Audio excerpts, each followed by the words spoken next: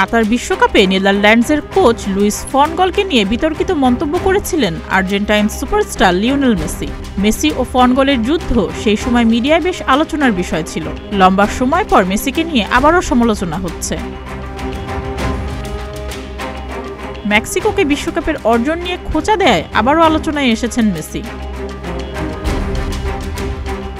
Major league সকারের প্রাক মৌসুমের ম্যাচে মেক্সিকান ক্লাব আমেরিকার বিপক্ষে টাই ব্রেকারে ৩-২ ব্যবধানে জয়লাভ করে মেসির ইন্টার মায়ামি। ওই ম্যাচে নিজের মেজাজ নিয়ন্ত্রণে রাখতে পারেননি আর্জেন্টাইন এই মহাতারকা। খেলায় গ্যালারি থেকে মেসিকে উদ্দেশ্য করে মেক্সিকান ক্লাবের সমর্থকরা বিদ্রূপ মন্তব্য করতে থাকে। জবাবে হাতে ৩ আঙ্গুল দেখান মেসি। ৩ আঙ্গুল দেখিয়ে মেসি বোঝান আর্জেন্টিনার ৩টি বিশ্বকাপ আছে। এরপর মেসি হাত দিয়ে শূন্য দেখিয়ে বোঝান মেক্সিকোর কোনো বিশ্বকাপ নেই। সামাজিক যোগাযোগ মাধ্যমে ছড়িয়ে পড়ে মেসির এই ইঙ্গিতপূর্ণ আচরণ, আর এতেই সমালোচিত হচ্ছেন আর্জেন্টাইন এই তারকা। মেসির আচরণের কড়া সমালোচনা করেছেন মেক্সিকোর সাবেক ফুটবলার আদলফো বাউতিস্তা।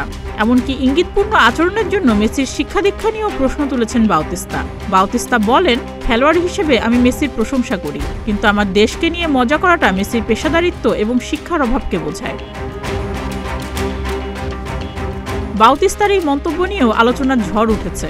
সাবেক এই মেক্সিকান ফুটবলারের মন্তব্যের জবাবে মেসির পক্ষ থেকে কোনো বার্তা আসে কিনা সেটাই এখন দেখার অপেক্ষা। সুস্মিতা, প্রতিদিনের বাংলাদেশ।